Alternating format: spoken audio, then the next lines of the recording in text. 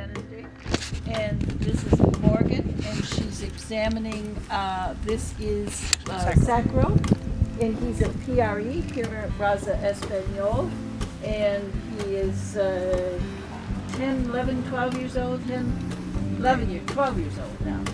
And David Saunders in the sunglasses is holding the horse, and she's taking his pulse, respiration, and temperature, I'm assuming. Is that right, Robin?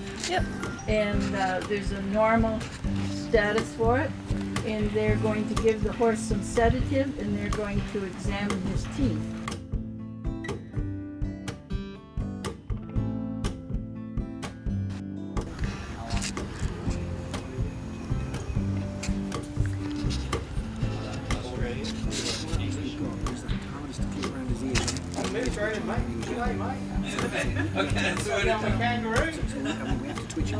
Yeah, so she just gave him an intravenous injection of what? It's a mix of xylazine and Turkish using. So.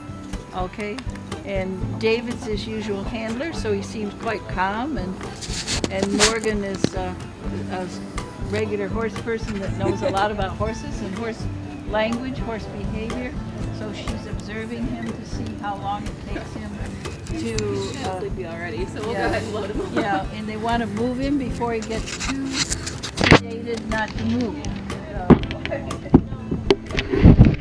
So they put the horse in, I call this a stock, and they did this in ancient times as well as contemporary times to try to restrain horses and or even cattle. So there's a little shoulder strap.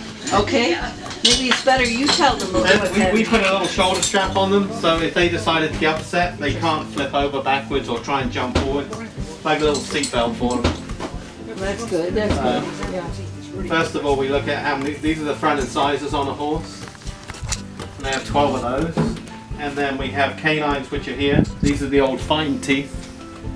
So this is what a stud would protect his herd of female horses with. And then you get the wolf teeth, which are back here, and then there's 3 premolars and then 3 molars, top and bottom.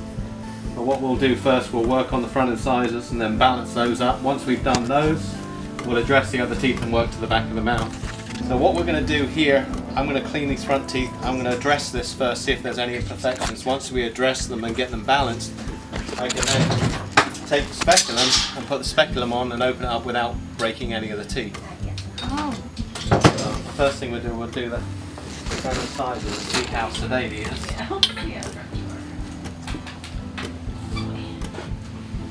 So the old way of doing it would be propping them up in the stool and trying to hold it there, and you get hit in the face and everything else. And the importance of sedation is because you use modern power equipment, and you don't want it to slip and hurt the jaw or the teeth or the it's more comfortable for the horse.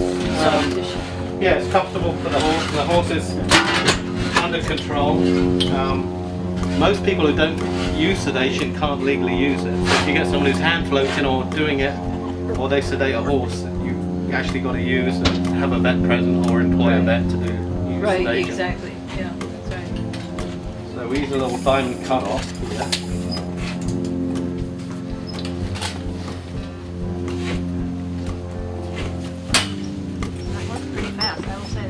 Yeah, it's about 30 seconds.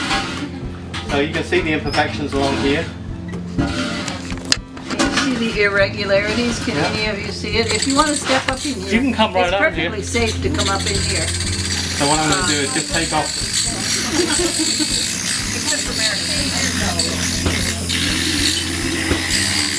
So I'm going to clean up any of these irregularities.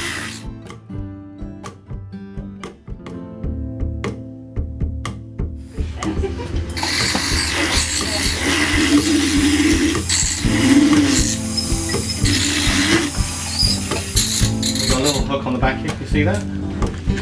Take that off.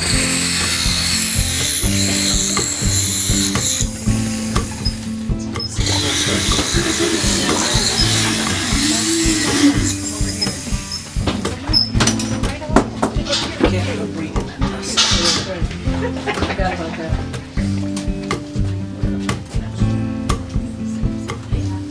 Turn that fan on a little bit. And that's the toothpick that I normally use, Yeah. right? So I borrowed this from Gloria earlier. No, So they get- no, don't worry. So they get a little bit of calculus around here. Can you see this? So we just clean off the calculus around the tooth. Is that like our tartar? Yeah, it's tartar. Normally, like if they're on well water, some of the minerals in the well water will actually stick to the teeth. Oh, you're acting just like my dentist.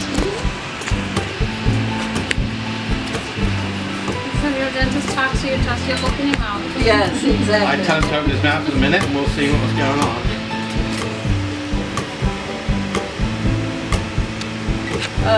Chicha was asking me if you brush horses' teeth. I've got some clients who do. Is that true? Oh, we don't. But typically, horse owners do not brush their horses' teeth. No. Is that correct? Typically not.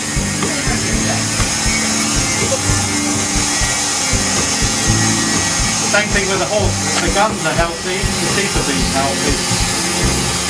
And you can tell that they're healthy by the color or Yeah, whatever? so if you do a capillary refill here, so if you push on it, it goes white and then it comes back Immediately. immediately. Yeah, So you immediately. see that? Can you see that?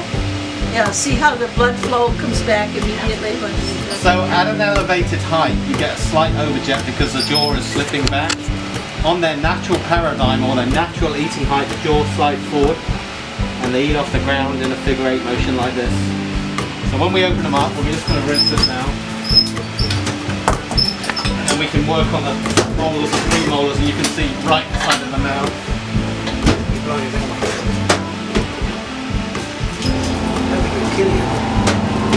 when they're tranquilized. Goes over their paw.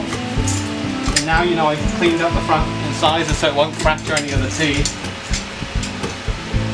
So it rests on the front teeth. Here we can tighten up a little bit more.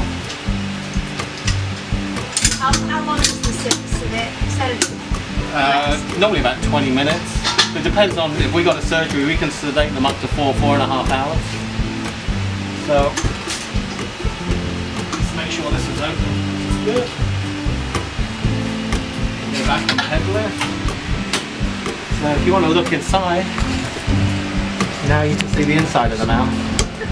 So these ridges up here, what I was telling you about, this is what takes the food from the front to the back of the mouth.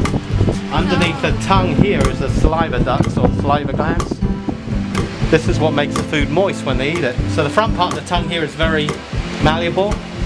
The back part here, can you see how raised it is? Oh, So that's what takes the food in the back in this figure 8 motion like this. And then by the time the food's small enough at the back of the mouth, it can be digested and swallowed. So some horses will quid the food for a little bit and spit it back out. But most of the time, we'll get their teeth set. So what we're going to do is, if you look at the outside edge here, you see these little points. I don't know if you can see that. They're called buccal points, right on the outside edge. And then on the inside edge here, these are called lingual points. And then on the top is palatal. So they're buccal, lingual, palatal. And then the first 3 teeth are premolars, and then the back 3 teeth are molars. And they're numbered in a series here in quadrants. So this is quadrant 1, quadrant 2, 3, and 4. So this tooth will be a 101, 102, 103, 104, 5, 6, 7, 8, 9, 10, 11. And then the tooth, so I can identify on the chart, if we've got a broken tooth, it'll be a 1-8, and then we can put it down, we've got a broken 1-8 on the buccal side. So these are diamond power tools.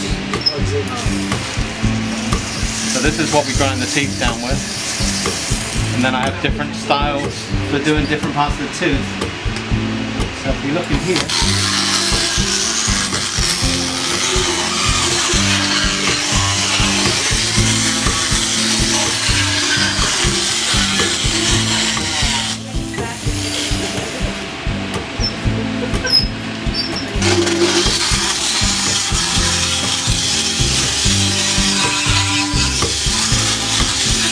so what would take with a hand float, which would be something like this, can take you 40-45 minutes, and you can cut the mouth up. You can do with a diamond in a minute, 2 minutes. So if we have a lot of teeth to take down, we have power floats with water injection systems on them, so we can actually cool the tooth down.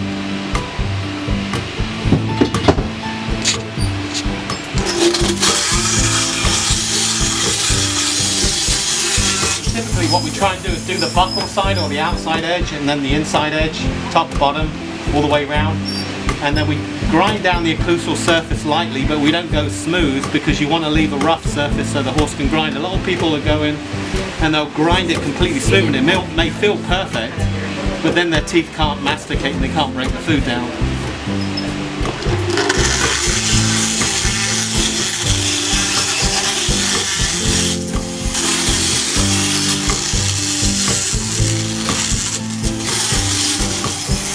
We've got a high tooth here in front.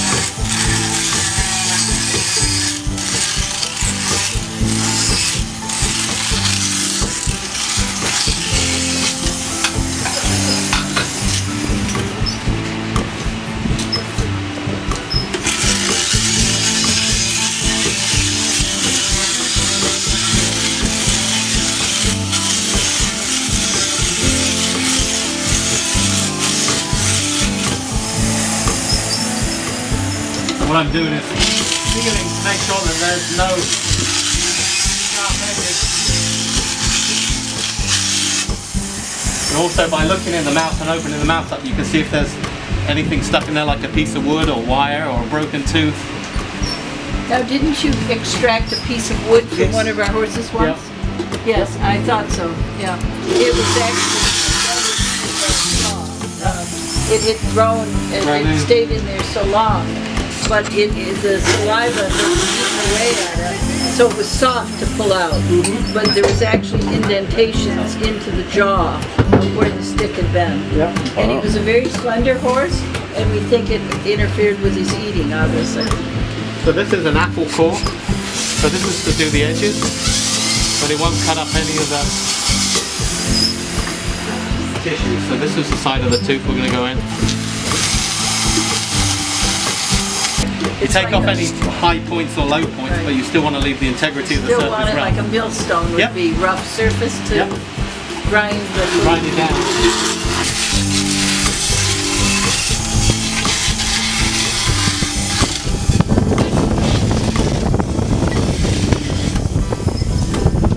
What I'm doing again is feeling the outside edge. You can see my fingers up here.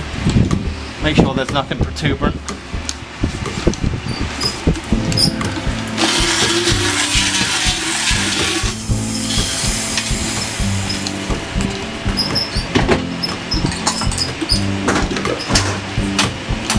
So that's the end of the demonstration, right?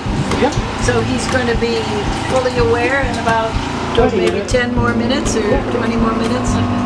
And he'll be all set and he'll be able to eat his food, have lots of energy so he can go 10 miles at a go. Okay. So if you look at now where the teeth are here, we're back in alignment. Yeah. So by taking the little ramps off the back, slide his jaw forward, because he had a slight overjet. So if I lift his head up, it will go back. But then if you bring it down now to its natural paradigm, the jaw slides forward. And then now, nice grind.